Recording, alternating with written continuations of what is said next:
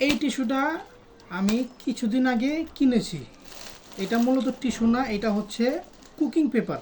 এই কুকিং পেপারের কাজটা কি, আমরা যে বিশেষ করে যখন তেলে জিনিস ভাজা হয়, বেগুনি, আলুর চপ বা যে কোনো ভাজা এই এই ভাজা জাতীয় জিনিস ভাজা হয় তেলে, তখন সেটা প্লেটে রাখলে ডিরেক্ট তেলটা ভরে, তেলটা চুষার প্রয়োজন হয়। তো এই পেপারটা আপনি প্লেটে রেখে দিলে তারপরে যদি আপনি ভাজা পোড়া জিনিসগুলো রাখেন, সেই তেলটা এটার ভিতরে চুষে নিবে।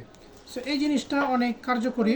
যখন আপনি প্লেটে প্রথমে একটি এই কুকিং পেপার রাখবেন, ওর উপরে এই ভাজা জাতীয় জিনিসটা রাখবেন, তখন কিন্তু সেইটা দেখতে খুবই সুন্দর লাগবে এবং তেলটাও চুষে নিবে এবং সেটা আপনার অন্যরকম একটা ফিল দিবে।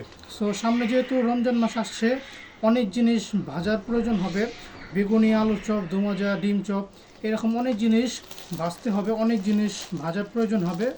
তখন আপনারা চাইলে এই জিনিসটা ইউজ করতে পারেন এবং আপনারা চাইলে এটা আগে থেকেই কিনে রাখতে পারেন, কারণ আগে থেকেই সব কিছুর জন্য প্রিপারেশন নিয়ে রাখা ভালো।